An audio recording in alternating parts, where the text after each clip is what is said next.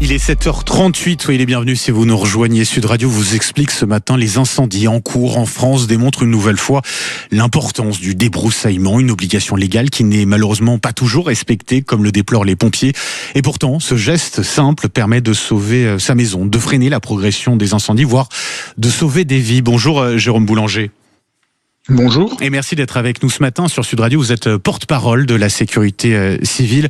On le rappelle encore et toujours, Jérôme Boulanger, le débroussaillement, c'est fondamental. Comment d'ailleurs bien débroussailler sa propriété ?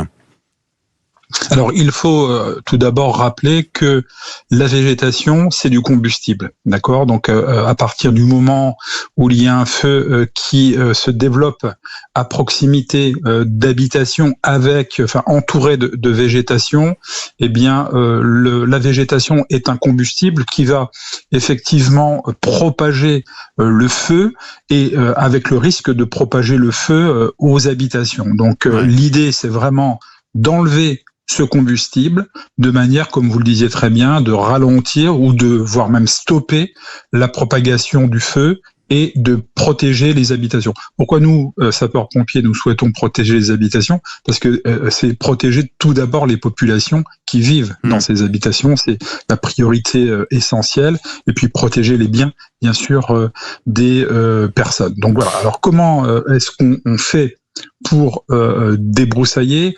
Alors, c'est pas forcément la bonne période là, actuellement, parce que la végétation, je ne l'apprends à personne, est très sèche. Il y a un risque lorsqu'on utilise des débroussailleuses thermiques ou des tronçonneuses de créer des étincelles qui risquent de mettre le feu à cette végétation. Donc, la meilleure période tout d'abord pour débroussailler, c'est plutôt fin de l'hiver, début du printemps, ou c'est l'automne. Si on veut débroussailler donc aujourd'hui... on évite aujourd'hui, surtout pas, c'est ça ?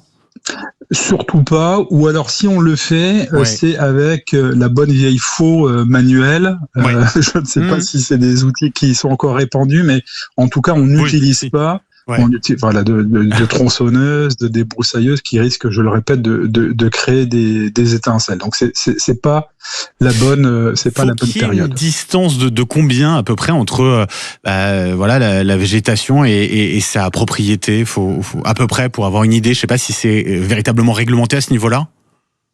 Alors c'est réglementé, c'est 50 mètres entre l'habitation et puis voilà. Donc là aussi il faut réfléchir.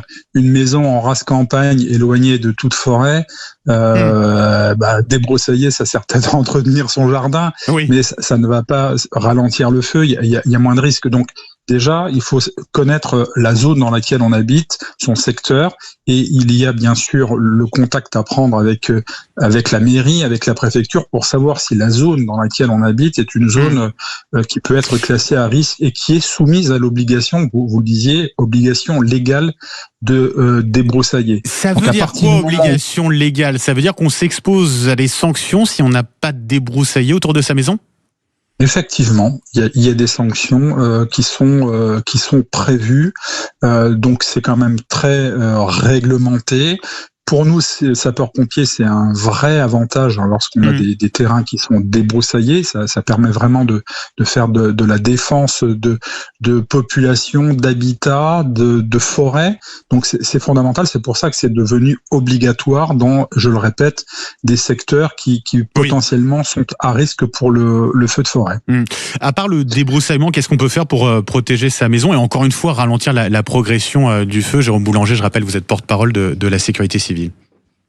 Oui, alors le débroussaillement, c'est quoi aussi ? Alors c'est bien sûr enlever tout ce qui est herbe sèche, mais c'est peut-être aussi élaguer des arbres, enlever certains arbustes. Donc c'est des choses qui ne sont pas forcément évidentes à faire, donc il faut peut-être aussi se rapprocher de professionnels pour le faire.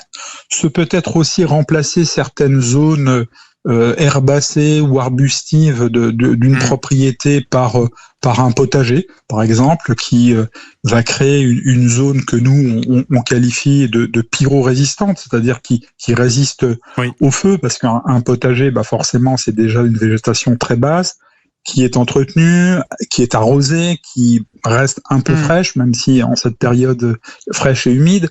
Donc c'est raisonner avec du bon sens, en se disant qu'est-ce que je peux faire pour agrémenter mon terrain, tout en limitant la végétation, tout en limitant le risque d'incendie, et puis on se rapproche, bien entendu, de sa mairie, de sa préfecture, pour voir exactement ce qu'il y a moyen de faire. On se rapproche de professionnels pour être bien conseillé, ne pas se mettre en danger pour faire les travaux non plus. On ne s'improvise pas bûcheron. Bien sûr. Donc tout ça doit être fait avec du bon sens, sans prendre de risques ni soi-même ni pour les autres.